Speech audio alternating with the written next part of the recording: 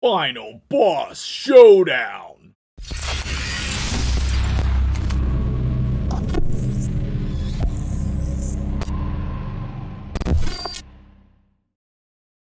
What's up, guys? MtgJedi here, and I've got a spicy one for you today. A lot of content creators do not talk about the Frostbiter because I guess we assume that it's easy enough, but I feel like this is completely justified. This is a brand new team strategy that I think that you're going to really like. I think that it applies at every level of the game, but we're going to beat 120 hard here. You can use this strategy with a lot of different champions, and I'm super pumped to get into it today with you. So let's hop in here. Now, this is not the team. So if you were saying, yo, Jedi, bro, this is not cool, that's not the team, okay?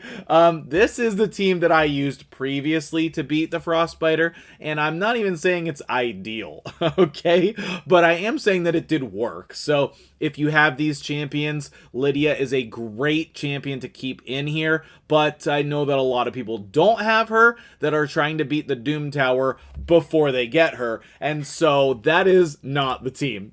Let's go ahead and talk about the team we're going to use today, and that is this spicy number, okay? So first of all, yes, it does have Mythrala in it, but I think the majority of players are going to get Mythrala before they get Lydia.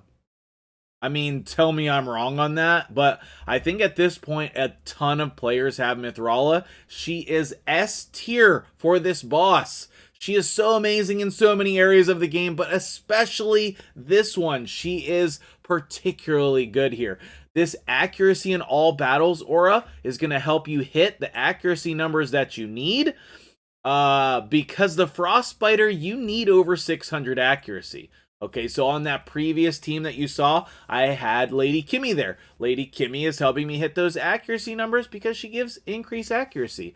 But I think that this accuracy aura is maybe even better than that. You saw me use Drexstar in that previous team as well for his accuracy aura. These are great ways to help you on this boss. Okay, now, this team, the setup is important here, okay? Now, I've been tinkering around with it. I'm not sure I've gotten it perfect yet, but on the waves, we want to opener and then not use. Opener and not use. The only problem with it is if he gets frozen, you might have to step in and manual it. Otherwise, it's completely full auto, okay? But whenever I run this, I do manual clicking, so I didn't want to put full auto in the title, but it's basically full auto, okay? You do not have to have Tyrant at all, but it is a good idea to have another HP burner to pair with Walking Tomb Drang, and I think Tyrant is the best choice because of his passive, okay? He's going to help you stay alive, right? I also have Arbiter in here, and Arbiter, her job is obviously to keep everybody alive. This is my Arbiter that I have in regen. So if your Arbiter is not super tanky, then you may want a Reviver, healer type of person who is tanky, okay? Like, if you have, like, flat attack, triple speed gloves on your Arbiter, that's not going to work out for you. You might want to choose a different champion, but the increased attack does work really well in pairing with Gaius, and we're going to get to him in a second. But also, obviously, the Revive is clutch as well in case something goes wrong. But honestly, Gaius is usually the only one who dies in this team. Everybody else stays alive, partly due to Arbiter healing people, but if you had somebody like a Brogni or even what's the epic? I lost her name right now. Any of the epic revivers could be great. Like Old Hermit Jorg could fit here. There's a lot of champions you could put in place of Arbiter, but I know obviously tons of people have Arbiter. Now, why do we want Gaius? Okay. When we are using Mythrala, okay, she is going to petrify people, and that petrification, you take extra damage from bombs. And one of the things that slows down this run is these waves on the Frostbiter are stupid. They are stupid and frustrating. It's Torment, a bunch of tanky champions that are super survivable, so Gaius is going to help us get through there quickly, okay? I think that's everything we need to know. Let me just click through here so that we double check the AI priorities. I turned off Tyrant's A3.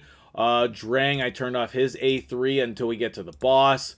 Arbiter, I turned off her revives and stuff. We don't want cycling through the turn meter. We just want to do that once. Same thing here, but then turn it back on. And Gaius, we have our opener, don't use, opener, don't use. Do whatever you want on the boss.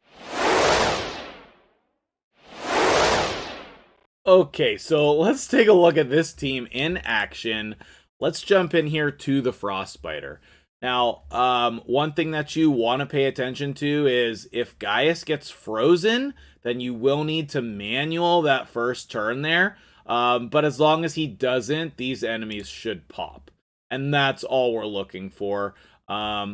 And then we can come in here and target the Torment, because obviously he's going to be the one that survives the longest, right? Because he's going to revive himself.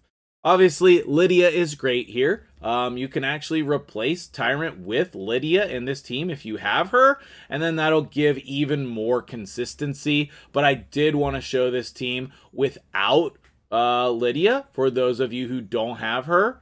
And you can see these champions just popping there. Just popping. Boom. Off of those 2 bombs, boom. It's incredible damage that Gaius brings here.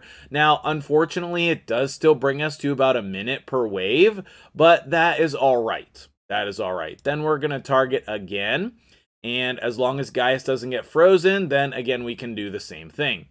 Mithrala coming in there with that same level of hexing, and then we will basically follow suit, right? We're gonna pop all of these guys again. Pop, pop, pop. You killed Gaius? Oh no, you didn't. So that's pretty incredible. I love this team. This is like my favorite new team, guys. And we'll go over the stats and the gear at the end here, but you're gonna notice Tyrant hitting poisons, and that's because I have him in a toxic set, which I have found absolutely incredible on him.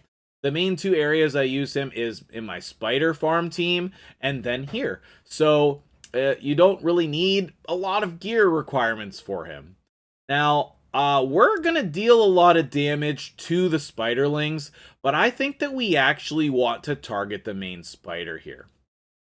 We have to be really careful, and we want to manual the spider once it gets down to the end to ensure that we have the HP burns at the right time, okay? If you don't do that, then what's going to happen is he's going to respawn at full HP, because, man, this spider churns through HP burn like crazy, okay? He takes so many turns. Now, another cool thing that maybe we'll explore another day if you guys are interested in, you can control the turn meter on the Frostbiter, which I actually did not know until I was doing some research for this video. You can control the turn meter on this spider, which is crazy cool. I'm honestly, I'm wondering if we should just turn off Arbiter's A3 to save some turns and save some time, but that's testing for another day. For now, you can see we're almost at half health, just from the HP burn, the hex, the poisons are huge. This guy has such incredibly high HP, okay? It's crazy high. So, I suppose we'll let Arbiter just, revive him. Maybe he'll get some bombs in here, what have you. But once it gets to like a quarter health, then you want to start managing your HP burn abilities, right? And that is something that you cannot AI program into here. So I didn't want to put full auto, but it's basically full auto, right? But, you know, there's the clicking, there's the, we're going to take it off auto, so I definitely did not want to put that in here. But you can see, we're on 4 minutes here, and this is usually an incredibly long fight. So, I mean, I don't know. What is your time on this boss? I know some people in my clan have, like, incredibly fast times, and some other cool strategies. So if you are one of those people with a fast time or a cool strategy, let me know what it is. And if you are enjoying this content, make sure you hit the like button, subscribe for more great content, and let's kill this spider, okay? You can see 100,000 with the War Master procs without decreased defense. That's another thing we do not have in this team is decreased defense. Tyrant's gonna go down here, but we want to start taking this off of auto here.